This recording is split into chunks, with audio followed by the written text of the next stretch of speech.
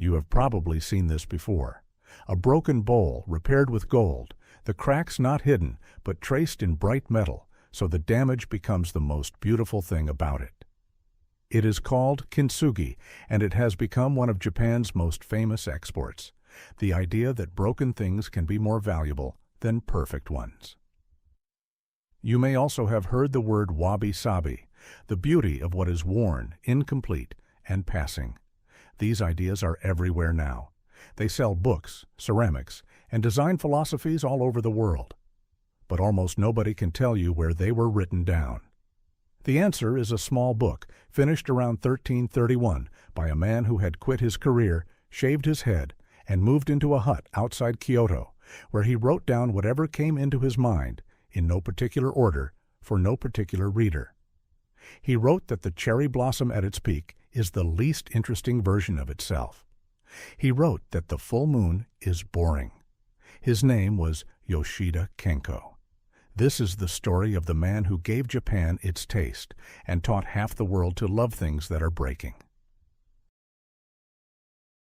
He was born around 1283 into a family of Shinto priests and given the name Urabe no Kanayoshi.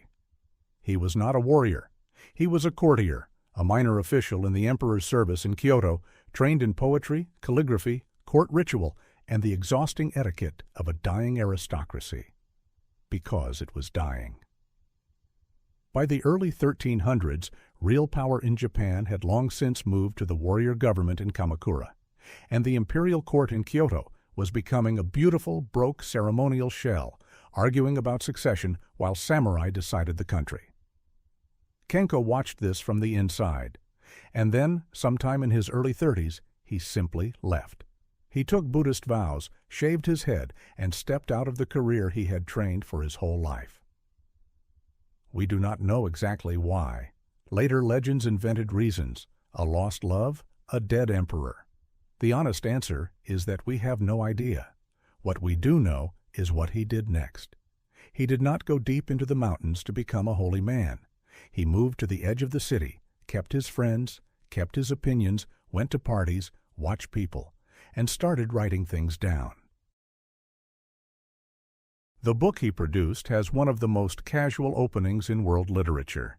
He says, roughly, "With nothing better to do, all day long I sit facing my inkstone and write down whatever nonsense drifts through my head, and it makes me feel a little mad. That is the whole method. No plot, no argument, no system. 243 fragments, some several pages long, some a single sentence about anything. How to behave at a party. What makes a house pleasant. Old men who talk too much. The correct way to be a guest. Priests who embarrass themselves. Women, drinking, death, ambition, and manners." 700 years before anyone had the word for it, Kenko was writing a blog. And here is the strange part. It works. Because he was not trying to be profound, he is unguarded. He is funny, he is snobbish, he contradicts himself constantly. He tells you not to care about worldly things, then complains about somebody's ugly furniture. The book is called Tsurezuregusa, usually translated as Essays in Idleness. Japanese schoolchildren still memorize its opening lines today. It is one of the 3 great works of Japanese classical prose, and it is the only one that reads like a real person talking to you. Now we come to the passage that changed how a country sees. Kenko asks a question that sounds almost rude. Are cherry blossoms only worth looking at in full bloom? Is the moon only worth watching when it is perfectly round and cloudless? His answer is no, and not just no, but that the opposite is true. The branch still in bud and the garden littered with fallen petals are worth more.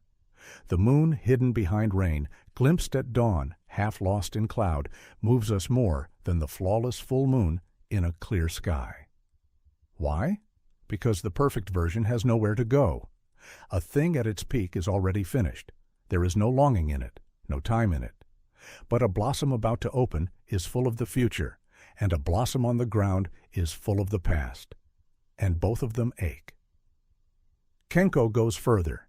He says that if human life never faded away, If we simply lingered on forever, nothing would move us at all.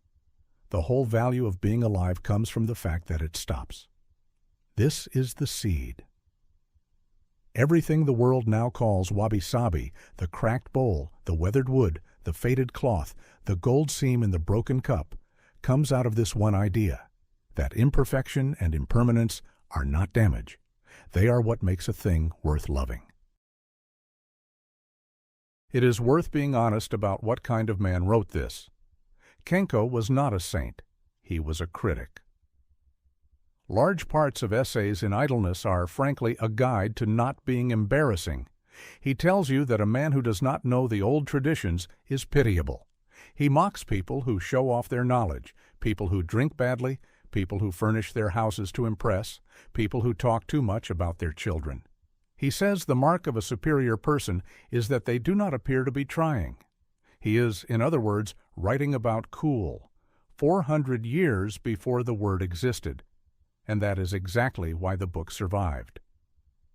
When Japan's warrior class later needed to become cultured, when the tea masters of the 15th and 16th centuries built an entire aesthetic around rough bowls, plain rooms, and deliberate imperfection, they found in Kenko a ready-made philosophy written by a man who had already decided that restraint beats display, that the weathered beats the new, and that the unfinished beats the complete.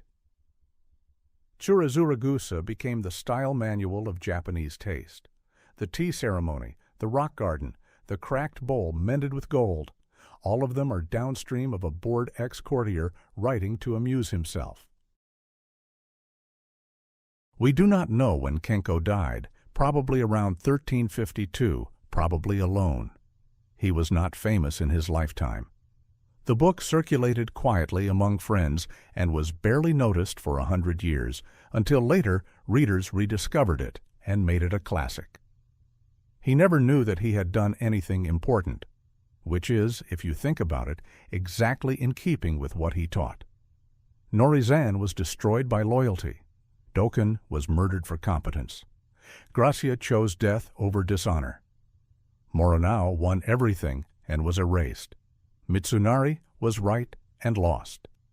Saigyo and Chomei walked away from the world. Kenko walked away too, but he kept talking.